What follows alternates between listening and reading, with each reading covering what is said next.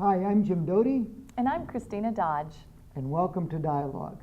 Today we'll be exploring some of the biggest questions we've ever asked, like what is consciousness? And does God exist? And if so, who is God? Our guest, Dr. Deepak Chopra, has spent many years helping people explore these questions. He's a world-renowned authority in the field of mind-body healing, a best-selling author, and the founder of the Chopra Center of Well-Being. Welcome to Dialogue, Welcome. Dr. Chopra. Welcome, And Dr. welcome Chopra. to Chapman University. Having a debate tonight with Minas Kafatos, who's Dean of our Schmidt College. He's a member of the panel. We're certainly looking forward to that. But it's great to have you here. Well, thank you. Wonderful. And since we're going to be talking about the subject of God and the soul, let's begin with what is consciousness? When that issue's come up, what do you mean by that? Well, there are many definitions of consciousness depending on who you talk to, but let me start with one that comes from the Eastern wisdom traditions, from the oldest wisdom tradition in the world, which is called Vedanta. When they speak of consciousness, this is what they say. I'm quoting exactly right now. That which cannot be imagined, but without which there is no imagination. That which cannot be thought of, but without which there is no thinking. That which cannot be seen, but without which there is no seeing, or that which cannot be heard, but without which there is no hearing. In other words, it is the fundamental core reality which makes everything possible. Cognition, thinking, perception, whether it's through sound, touch, sight, taste, or smell, imagination, intuition, personal relationships, behavior, speech, social interactions, environment, biology. These are differentiated expressions of consciousness. It's the ground of existence. By existence, not meaning anything esoteric, that which exists. Does it relate to the soul? The soul is a individualized expression of the larger field. You know, the best way to explain that is in one of Rumi's poems. He says, I'm not just the drop in the ocean, I'm the mighty ocean in the drop as well. So, yes, the soul is a localized, evolving bundle of consciousness comprised of meanings, relationships, context, archetypal stories, but it's in the deeper reality, it's one with everything. So does the soul live after we die? Well, we live in the soul right now. You know, where are your thoughts coming from? They're coming from that field of consciousness. Your body exists in consciousness. In fact, the whole universe exists in consciousness. So when we die, the body disintegrates, and nothing happens to consciousness. It's like asking what happens to the space in this room if the walls collapse. The space is there. It can neither be created nor destroyed. We have given it a certain kind of embodiment right now by calling it a room. But so to your consciousness, we're there already. We have every thought you have. If I ask you, remember what you had for dinner last night. What did you have for dinner last night? Risotto? Where was that information before I asked you the question? Somewhere. Somewhere, right? You can now see the picture of the place. You can see the risotto, the taste, the people you were with. All that information existed in your consciousness before I asked you the question. Right. As soon as I asked you the question, it localized in your brain. Okay, it collapsed. That possibility wave collapsed in your brain. So where we go after we die is where that risotto was before I asked you the question. So do we know if other living things have consciousness? There is nothing other than consciousness. Oh. This is consciousness. Oh, okay. Because we have no way of getting outside of consciousness. So we cannot even postulate a world that would exist without consciousness, because every experience we have is in consciousness. But when we die and our body disintegrates and our brain disintegrates and those conscious thoughts that were part of the brain dissolve, the chemicals that create them, the nerves, the electrons that are just, up there, living will not be living anymore. Well, let's say people are watching us on their television set right now, and the television set for some reason stops working. The wires don't function anymore. The valves break down. Right. We're still here, right? Right. So similarly, when your body is disintegrated, nothing happens to you. A certain line of communication has been disrupted. Right. If you're speaking on the phone, somebody cuts off the lines, which of course these days there are no lines, but let's say there were, then nothing happens to you and me. You are a bundle of memories and experiences, and from those memories and experiences there is imagination and desire and all that. When the body disintegrates, that all goes back into an unmanifest matrix, which means it goes back to being in a possibility state. And according to at least Eastern spiritual traditions, that then recycles. Everything in the universe recycles. Everything. If it doesn't recycle, it doesn't exist. So information recycles, matter recycles, atoms recycle, So are there no new and things? consciousness recycles. Do you have any theories as to how it will recycle? It will be a collapse of those possibility states into space-time events again. And I'm using scientific language, but in Eastern traditions they say reincarnation. The soul reincarnates. But don't Not think of necessarily as a bug or as a caterpillar or as a bird, but well, something else? Since the nature of the universe is evolution, Mhm. it's, if you get off the Empire State Building on floor 33, you'll get back on floor 33. There's no other way to get back.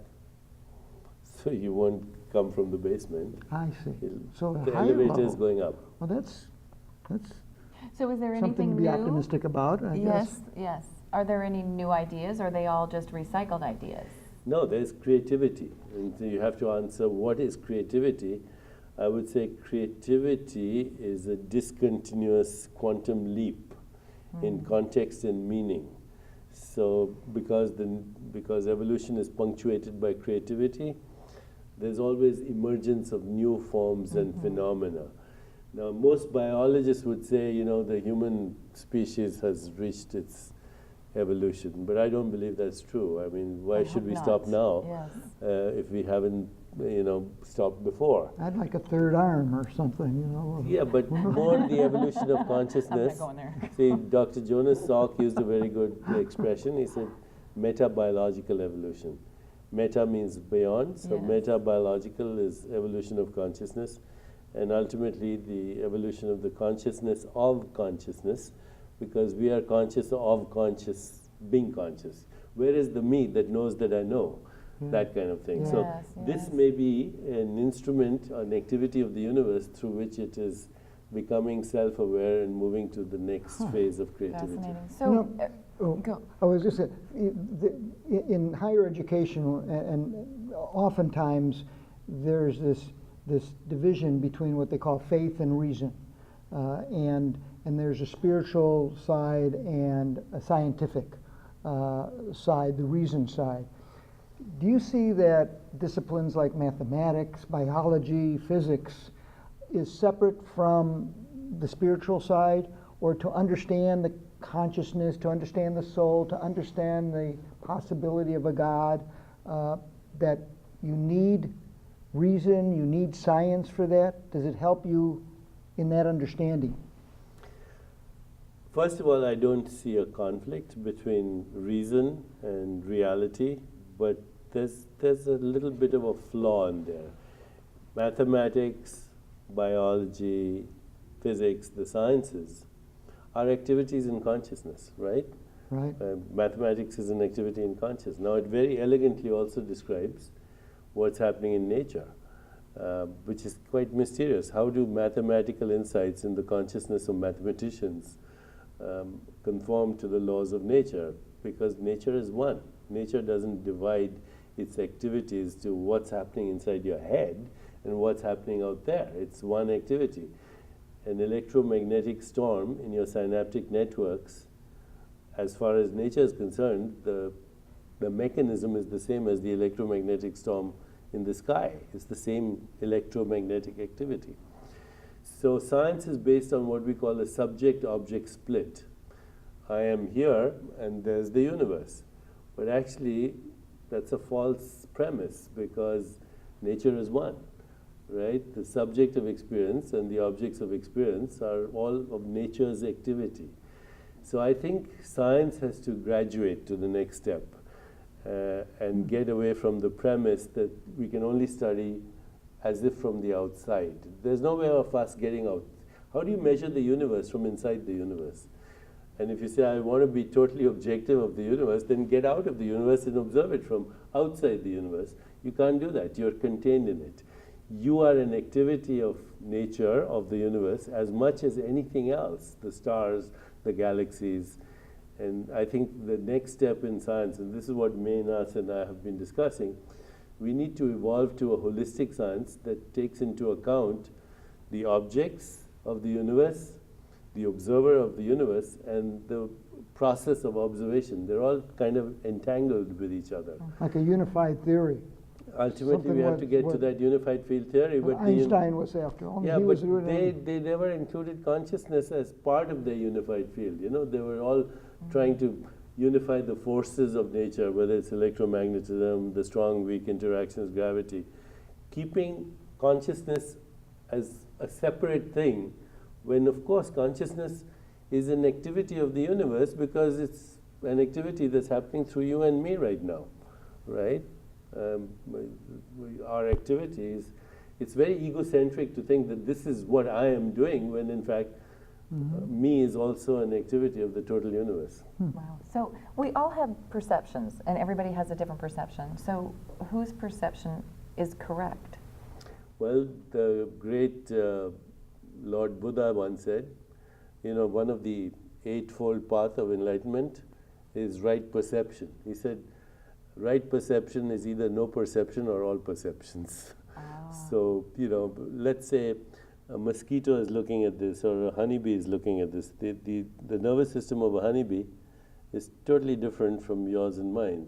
A honeybee perceives ultraviolet. I don't know what that experience is like. A chameleon's eyeballs swivel on two different axes. You can't even remotely imagine what this room would look like to a chameleon, or what the experience of infrared would be to a snake, or the echo of ultrasound to a bat. So you say, what's the real nature of the world? It depends on who's looking, what kind of nervous system they're using to look, and what are the questions they ask when they're looking. Nature by itself is a field of infinite possibilities at all times. I would have much fewer squabbles with my husband if I could understand his perception. Yeah, you just have to give up your need to be right and you'll be all set. That's the key. How does God enter into this world, this consciousness? I think God is infinite consciousness and therefore is like consciousness itself, beyond imagination. Because once you imagine something, you break the infinity into something finite. Your imagination is limited. So God, being infinite imagination, contains everything and is the ultimate reality that expresses itself as space-time, energy, information, and the world of objects. It's the immeasurable potential of all that was, all that is, all that will ever be. Does a heaven or hell enter into this? I think world? heaven is upgrading the illusion and hell is downgrading the illusion, and this is also an illusion. So it's all a projection of consciousness. Whatever you imagine exists, because when we look at this reality, this is also a projection of our consciousness. And by the time you see it, it doesn't exist, by the way. So everything you're experiencing right now, including me, is in the past. Right. You know, now you are a medical doctor, a trained medical doctor. You started at the Chopra Institute, Wellness Institute.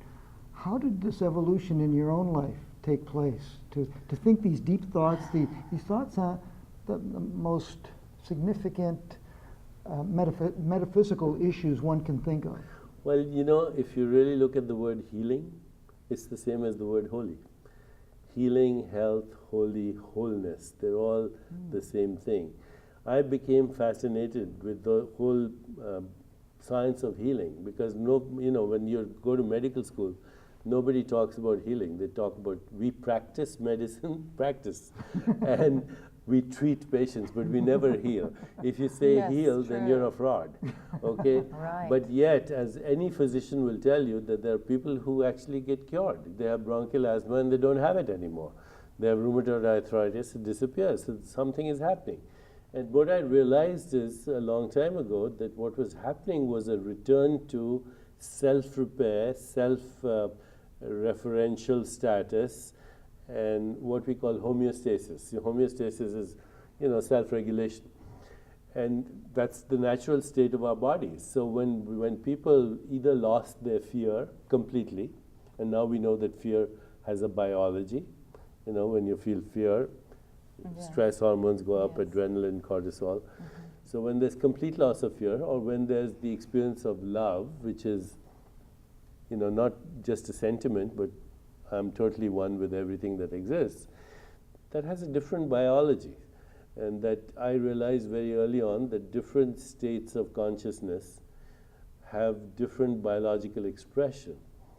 And later on, I also realized that everything, the biology operates as an integrated whole. Your thoughts, your emotions, your breath, your heart rate, your immune system, it's actually one process. If somebody told you the stock market fell down today and you've lost all your money, everything you had saved for the rest of your life, within 1 second of getting that information, there'll be change in blood pressure, breathing, heart rate, adrenaline, cortisol, etc. Okay, so it's an integrated process, and information actually is, which is invisible. It's just a word. If I said it in Swahili, it wouldn't mean anything to you. But as soon as you get that meaning, your whole body reacts at once. Okay, so information may be actually the raw material of the universe. And it's very interesting, information, to give rise to form. In a way, the word itself suggests something. And information, of course, is an activity in consciousness as well. So I was very interested in the healing process, trying to develop a biological framework for what is healing. Because it's, in medical school we learn about the immune system, the heart, the gastrointestinal system. Nobody talks about the healing system, which is the most fundamental activity of our biology. And once you get there, you're forced to confront the bigger questions. It makes so much sense, alternative and holistic medicine, and being proactive and taking care of our bodies before they get sick, for the most part.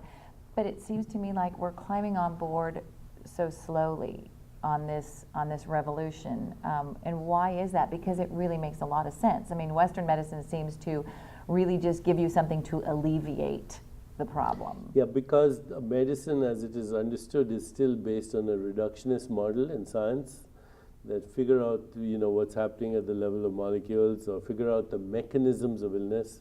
So if I can figure out how bacteria multiply, I can interfere with that with the antibiotic. Or how cancer cells multiply, I can kill the cancer cell, by attacking its DNA or whatever. But mechanisms of illness are not the origins of illness. The origins of illness still have to do with very fundamental questions. Who are we? What kind of life we have? Everything from your thoughts, to your feelings, to your emotions, to your personal relationships, to your environment affects your biology. So we need a more holistic approach. Now, Western medicine is based on a very reductionist approach, which is basically pharmaceuticals and surgery, which are useful in certain situations, But all the data shows that 80% of our treatments are either of marginal or optional benefit. All the data shows. Optional or marginal, which means if you didn't use the treatment, it wouldn't make a bit of a difference to the history of the illness. Now, amongst that is some of the most important treatments that we do, like coronary artery bypass surgery, which adds only 2% to your life expectancy. Or angioplasty, unless these are acute situations, you're having unstable angina, it'll save your life. But if you're talking about long-term mortality, morbidity, bypass and angioplasty add less than 2% to statistics. And that's a multi-hundred billion, Between the two, Amazing. that's $300 billion Amazing. Yes. For of 2%. industry every day. Yeah. So Go ahead. do Go you ahead. think your mind can completely heal your body? I think it's important not to isolate the mind. It's mind, Okay. behavior, social interactions, environment. It's all a single integrated Okay. process. Speaking of that holistic view or interpretation of the world, if you will, you've just recently written a book, The Soul of Leadership. The Wall Street Journal says this is one of the 5 books. If you're going to read a business book in your lifetime, it's one of the 5 That you was should read. nice So to see, yes. a wonderful, wonderful accolade. Obviously, congratulations. Thank you. So how does this holistic view now enter into the world of business? Well, great leaders. I've looked at the lives of great leaders, and they're all very, in a sense, reflective people. If you look up the lives of great leaders, whether it's Martin Luther King Jr. or Mahatma Gandhi or even the great business leaders, they took time to ask themselves very fundamental questions. Who am I? What do I want? Who are they? What do they want? Is there purpose to what I'm doing in my activity? What's my contribution? What creates for greater meaning? What are the needs right now, and how can I fulfill them? These are spiritual questions. Otherwise you get the leader who's power hungry and interested in cronyism and corruption and power, power influence, meddling, and all those kinds of things. Sooner or later they have a fall. But the great leaders are really spiritual people. And then you use those examples of leadership as a way to be a more effective business leader Right. as well. I actually It crosses ask them that boundary. when I teach them, I teach this course at the Kellogg School of Management for executives. First of all, we go into their business, what their business is, but what's the greater reason for their business? So they might say, okay, I'm in the telephone business. So I ask them, why is that important? And they say, oh, it helps people communicate. Why is that important? And you go back, ultimately, people want to make a better world. Ultimately, everybody wants to do that. So I said, let's go from there. And where can we start from? Who are you? And what's your contribution in that direction? Then come down this path. Then what you're doing is more. So we create something called a soul profile. Every leader that comes to my class, they have their own soul profile. It's very different from their bio. Bio is what other people Yes. think of you, but Very your soul interesting. profile is where you're coming from, the So deeper just as part. medical doctors are ignoring some of the more important issues relating to health, business leaders are ignoring some of the more important issues related to and this- entrepreneurial success. That's right. And if you look, the reductionist point of view is responsible for global warming, for eco-destruction, for social injustice, for radical differences in the level of economics, extreme disparities, where 50% of the world lives on less than $2 a day, 20% on less than $1 a day. So in my view, social justice, ecology, economics, and well-being, and conflict in the world are all a result of a reductionist worldview. If we had a more holistic worldview, we would be looking at all these problems in the bigger framework. So how do we look at time more holistically? Because we all are very obsessed with time. I'm not. If your internal dialogue is, I don't have any time, I'm running out of time, Yes.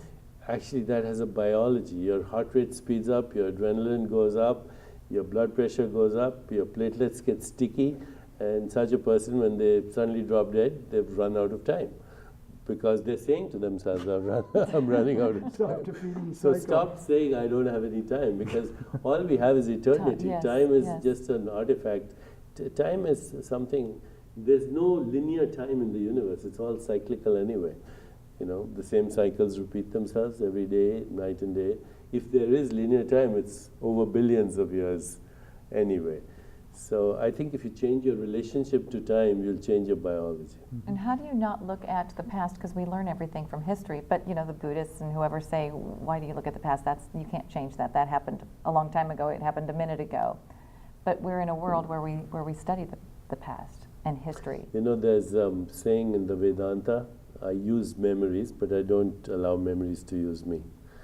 Because, you know, I need the memory to go home tonight, but if I become a victim of my memory, then of course, and that's what, you know, it makes for good business for psychotherapists. What's an It's example true. of being a victim of memory? How? Right. True. That's Give me an true. example. What do you mean by a victim of memory in a Yeah. negative way? Being How angry. could I'm going to say something which might be very politically incorrect, Uh-huh. because, you know, you use memory so you never repeat the Holocaust. Yeah, You use memories so you never repeat slavery. yeah. But if you are always victimized by it, then you'll never get out of it. This is what the great teachers have shown us, from Elie Wiesel to, Yeah. you know, what's his name, the person who wrote the book about meaning, what's his great writer. There is a role for memory, so you don't repeat the same mistakes, okay? But to be victimized by memory doesn't serve any new creativity. Dr. Chopra, I want to thank you for being on the show. Thank you. Thank you for being part of the university. I'm thrilled to be here. Wonderful to have you. Presenting these ideas this evening in what Thank you will very be, I much. think, a very, very interesting debate. Yeah, I'm looking forward to it. The great, recently we had Pico Iyer, the great I know. writer, Yeah. novelist, and he had wonderful things to say about you, Well, thank and you. especially I'm a the big fan of him too. Yeah, well, he yeah. said the soothing effect you had following 9/11 in Thank you particular. very much, sir. Thank Thank you you so for much, being Dr. Nice to have Chopra. you. Thank you.